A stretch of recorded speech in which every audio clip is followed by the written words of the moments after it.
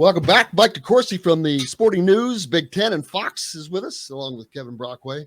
Poll came out yesterday, Kevin. You saw, you guys, the college basketball poll. Indiana in receiving vote in the second. I guess that makes them 27th. I think they were second out in receiving votes. Yep, 41 votes. And Gonzaga number 1, UCLA number 2, Michigan 6, Purdue 7, Illinois 11. So Big Ten represent Ohio State 17. You got Maryland 21. And that's it. Michigan State and Indiana, the first 2 receiving votes. So quite a few Big Ten teams on the poll and receiving votes. What does Gonzaga have coming back, Mike, that they're are they truly a number 1 team? I thought that they lost some guys.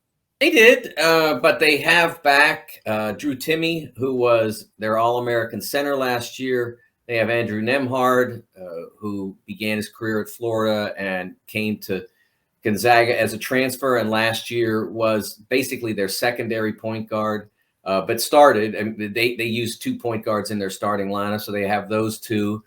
They add a very gifted shooting guard named Hunter Salas, 6'5" wing, who's in a lot of first round draft projections, and they brought in as well Chet Holmgren. 7-foot wing. He's probably a stretch 4 is what you'd call him. Really skilled, shoots the ball really well, dynamic, very lean. That's going to be interesting to how he is defended by colleges, because he moves really well. It's hard. It's like you think about someone like Lamar Jackson, and he's out there. People all the time worry about the risk of him running with the football all the time.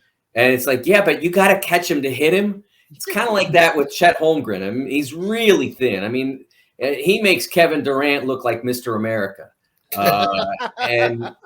But he like KD, he moves really well, and it's hard to catch him to put a body on him.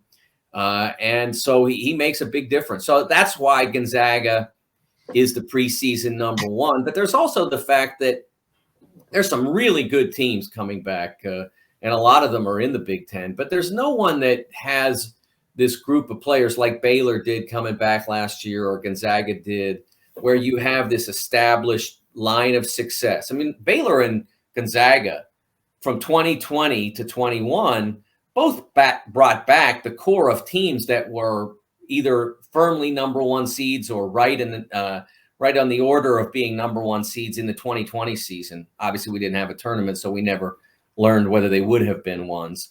But on the mock brackets, they both were established as that. We don't have anybody like that.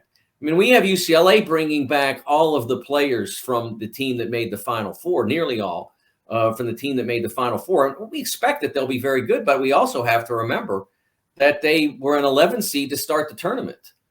So essentially what you have to have from UCLA, who the popular top 5 pick and a lot of people number 2, UCLA has to be the team they were in March and not the team they were, say, in February. Not a bad team, but not that team. And so there's a little bit of projection there. Whereas with Gonzaga, they have been highly successful. They bring in 2 elite recruits. They're going to have the opportunity to prove themselves in November and December, and then they're going to play in a league that's not as strong, which it's really hard to do that inverse season where you have to be really good at the start and you can get by without being great in January, February. But it does provide them the opportunity, if they're not perfect at the start of the year, to get a lot better during those 2 months. Gonzaga, UCLA, that should be another epic kind of rematch too. That'll be nice in the non-conference schedule. Absolutely. I think Gonzaga also plays Duke, if I remember correctly. I believe in the East somewhere, maybe the Garden, maybe Brooklyn. I'm not sure, but I like to have that ticket. Yeah, exactly. So they're challenging themselves. I think they might also have a game against Texas, which is expected to be significantly better with the players they brought in. Marcus Carr from Minnesota to run the show there. Those of us who've watched Big Ten know that Marcus is really talented. Marcus has yet to play for a highly successful team. He played at Pitt. They were awful. He played at Minnesota. They were okay. But he hasn't played for a highly successful team. It's a different deal. Just as Johnny Juzang, do you name him a first-team All-American because at UCLA last year in maybe late February and certainly in the NCAA tournament, he was phenomenal. But he wasn't that guy for the whole year. And being that guy for a whole year is really a different deal. It's a big leap. Trace has been that guy. And he may have to change his game a little bit to succeed this year. We'll see. He certainly doesn't have to change his game to be a better college player. But if he wants to make this time at Indiana worth his while, he has to change his game. He's got to be better away from the bucket.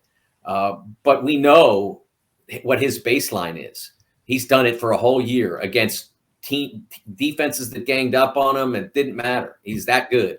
We know what to expect of him. But Juzang, we know what his best is, but can he handle the everyday of, yep, I got to play. I got to be good tonight for UCLA to be good?